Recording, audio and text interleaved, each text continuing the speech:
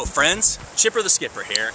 You know, the only thing I can really figure is that I used to have a lot of time.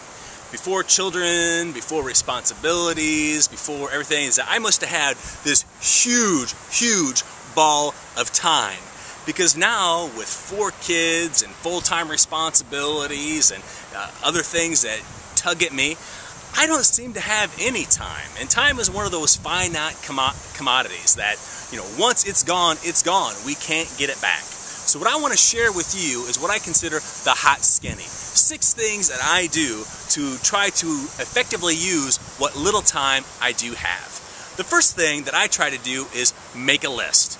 That I live and I die by my list. If I don't have a list of things to do for the day, I can spend an entire day doing absolutely nothing. It's the craziest thing. But if I have a list, amazingly, the things on my list get done.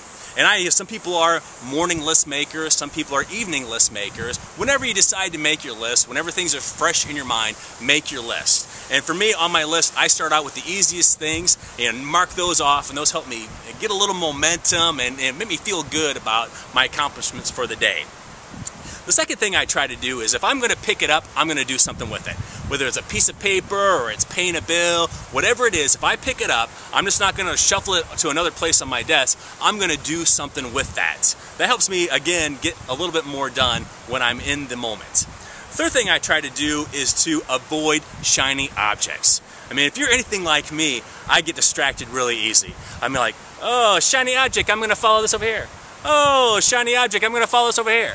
That we all have our different shiny objects that distract us. It could be the internet. It could be the television. It could be, spending time yammering to people that we shouldn't be talking to.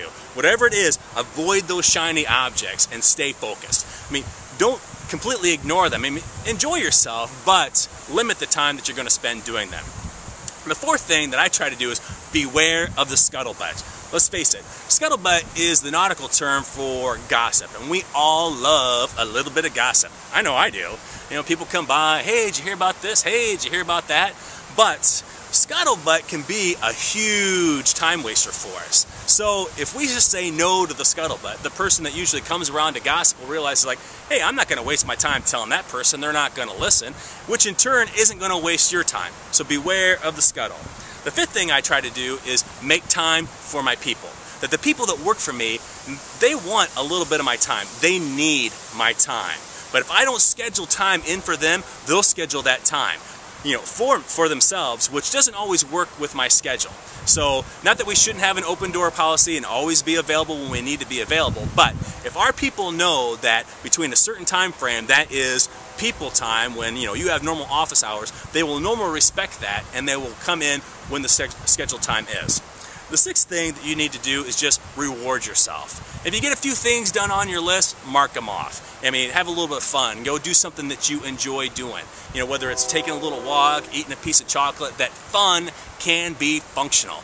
That it might sound a little bit Pavlovian, that we ring the bell and we salivate a little bit, but rewarding ourselves helps keep our momentum high, keeps our attitude positive, and makes us want to manage our time just a little bit better for the long run.